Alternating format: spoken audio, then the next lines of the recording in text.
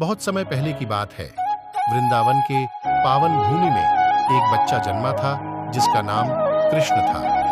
वह बचपन से ही विशेष था। उसके जन्म से ही अद्वितीय घटनाएं जुड़ी थीं। उसके माता पिता देवकी और वसुदेव उसे कंस राजा से बचाने के लिए बहुत प्रयत्न कर रहे थे। कृष्ण का जन्म वर्षा के बाद हुआ था, जब उसके पिता वसुदेव ने उसे वृंदावन के नंद और यशोदा के पास छुपाया। उस रात को बादलों ने बहुत ही जोर शोर से बरसात की थी, लेकिन यमुना नदी का पानी अचानक ही हल्का हो गया था और वसुदेव को नंद गोपाल के घर तक पहुंचने में आसानी हो गई थी। वहां गोकुल में कृष्ण ने माखन चोरी के शरारतों से लेकर गोपियों के साथ खेलने और गोपालों की सुरक्षा करने तक कई बचपन के खुशी के पल बिताए।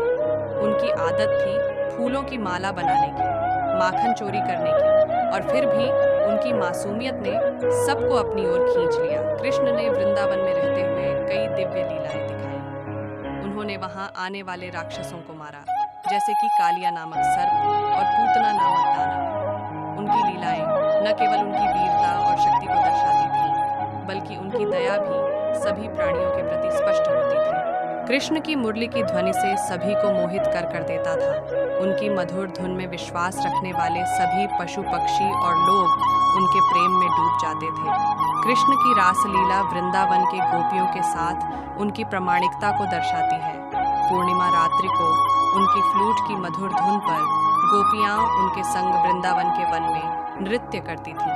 यह दिव्य नृत्य व्यक्तिगत आत्मा के अद्वितीय सम्मिलन को दर्शाता है, जिसमें कृष्ण सभी आत्माओं के प्रेमी के रूप में उभरते हैं। कृष्ण ने महाभारत के कुरुक्षेत्र युद्ध में भगवद गीता के माध्यम से मानवता को अपने धर्म और ज्ञान से परिचित कराया।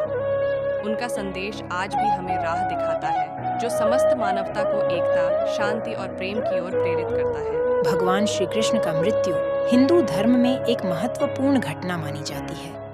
महाभारत के अनुसार श्री कृष्ण का मृत्यु द्वापर युग के अंत में हुआ। उनके मृत्यु के बारे में कई पौराणिक कथाएं और ग्रंथों में वर्णन मिलता है, जिनमें प्रमुख है महाभारत और भागवत पुराण।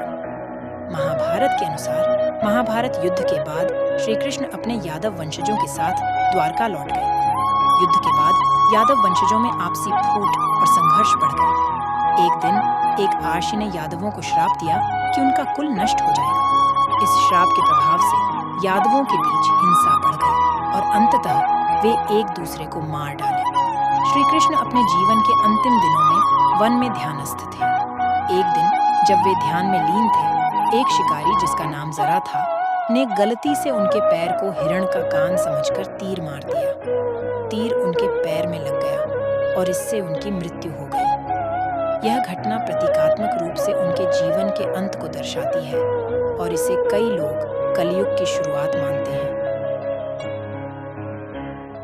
अगर आपको हमारी वीडियो पसंद आई हो तो चैनल को सब्सक्राइब एवं लाइक करें, और ऐसे पौराणिक कथाएं और कहानी पसंद है तो हमारे साथ जुड़े रहें।